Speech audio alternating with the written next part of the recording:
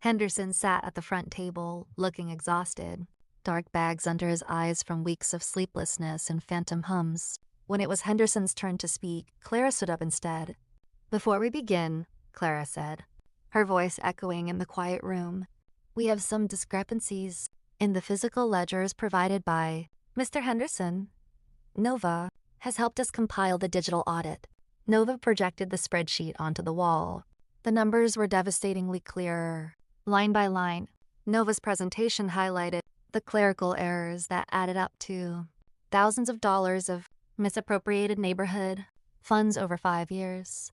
The room erupted into murmurs. Henderson stood up, his face turning a deep, furious crimson. He tried to speak, to yell, to accuse Nova, but the weeks of sleep deprivation and paranoia caught up to him.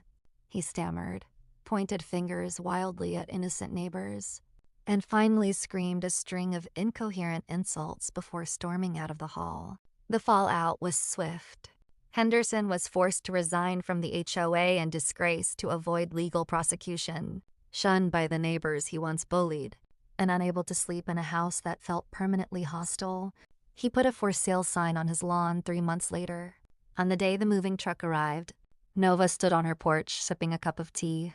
Henderson stopped by his car, looking older and incredibly fragile. He looked across the lawn at Nova. For a second, a spark of suspicion crossed his eyes, as if he finally realized who had pulled the strings of his slow descent. Nova didn't smile. She didn't gloat. She simply raised her cup in a quiet, polite toast. The debt was paid.